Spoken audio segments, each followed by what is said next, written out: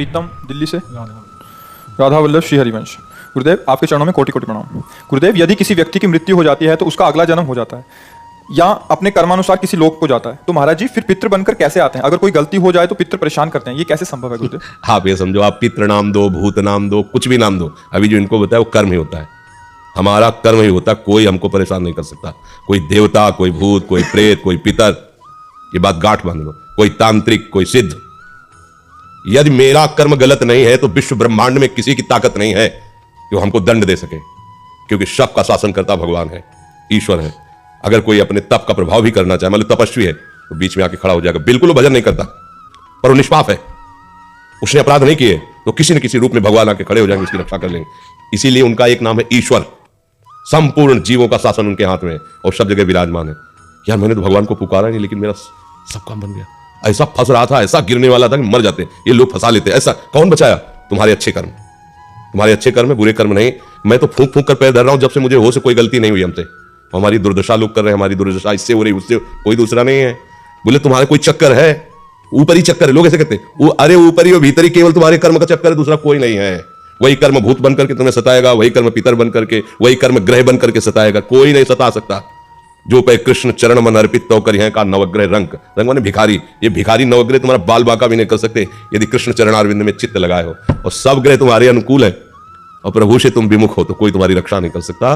तुम्हारे कर्म तुम्हें नष्ट कर देंगे। ये सिद्धांत सबकी समझ में नहीं आता है। अगर समझ में आ जाए तो भूल जाओ कि कोई पितर है, कोई भूत है, कोई प्रेत है।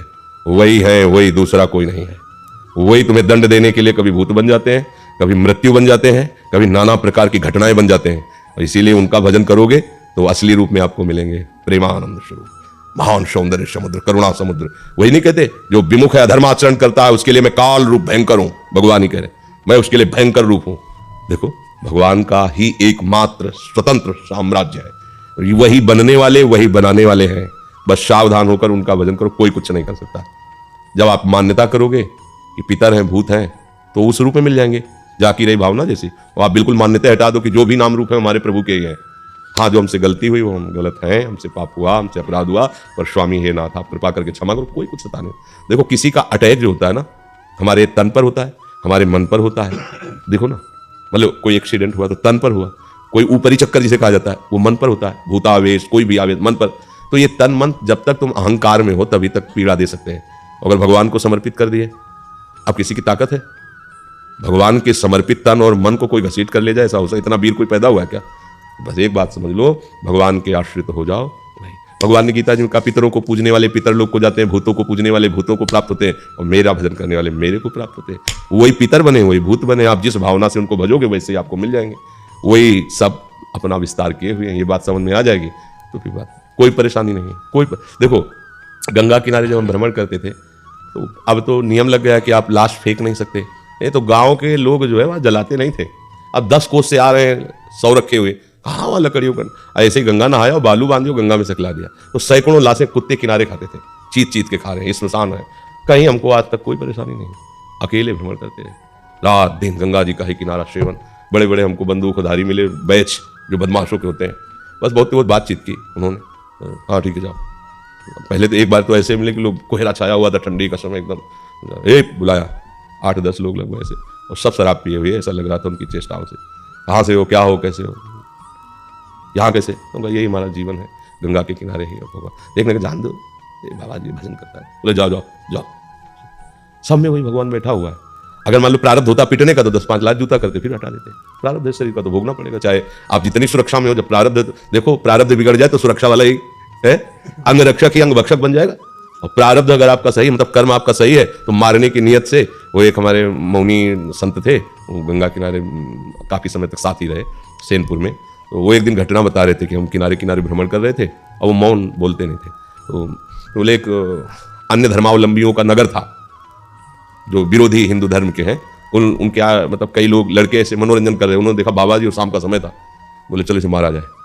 उनका मनोरंजन है, जब उनको पशु पक्षियों को काटने में कोई हिचक नहीं, तो बाबा जी काटने में क्या हो।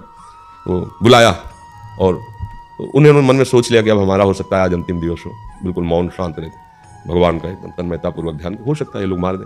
संत सब बात में तैयार रहते हैं कि भगवान का पता नहीं क्या विधान है। तो एक ने कहा यार तुम मार नहीं सकते इसको, उन्हीं की आए सब उसी से, तुम मारोगे नहीं इसे, बोले तुम्हारा रिश्तेदार लगता है, बोले तुम्हारा कुछ बिगाड़ा नहीं, कुछ बोल नहीं रहा था, तुम मारोगे क्यों? बोले हिंदू बाबा जी इसलिए मारेंगे। बोले मार के दिखाओ तुम। अब 2-3 इधर हो गए, 5-6 इधर हो गए, आपस में थप्पड़ चलने लगा, वो चले गए। बाबा जी चले गए, बाबा जी को देखा वो मालिक इतना सर्व कोई सता नहीं सकता, कोई नहीं, त्रिभुवन में नहीं।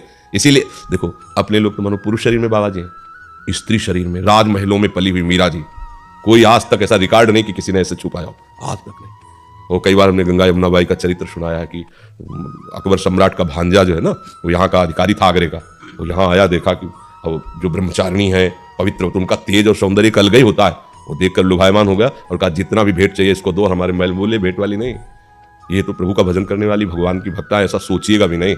पर वो अन्य धर्मावलंबी भी था, उसको इस बात का महत्व भी नहीं था, क्योंकि राजमद था भाई, सम्राट पद पे उसका रिश्तेदार बैठा हो तो काय को दबेगा, यहाँ का अधिकारी खुद है आगरा मंडल का वो।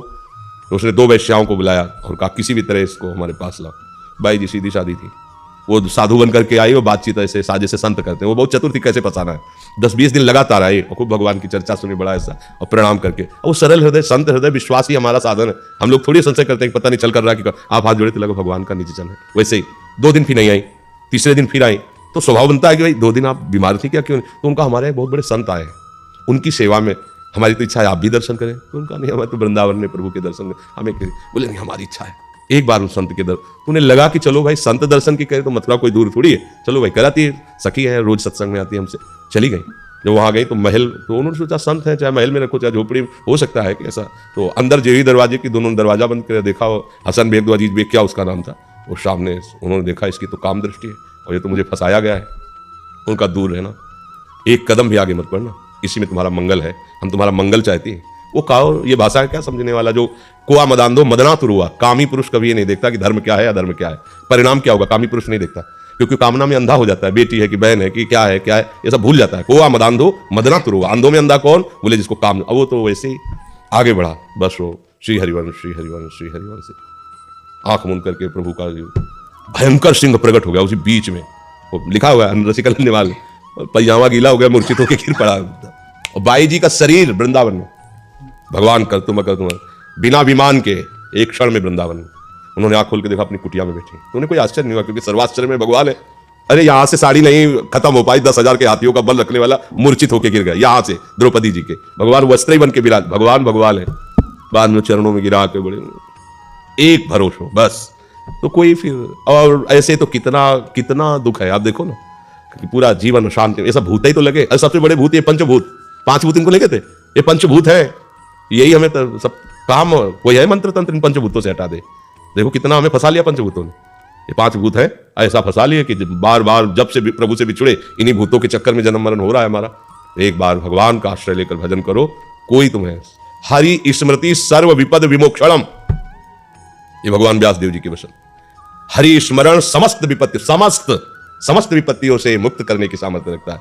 बस ये कि हम लोग हरि स्मरण करें, राधा राधा राधा राधा राधे श्याम राधा वल्लभ श्री हरिवंश राधा वल्लभ, इसी से मंगल है जी।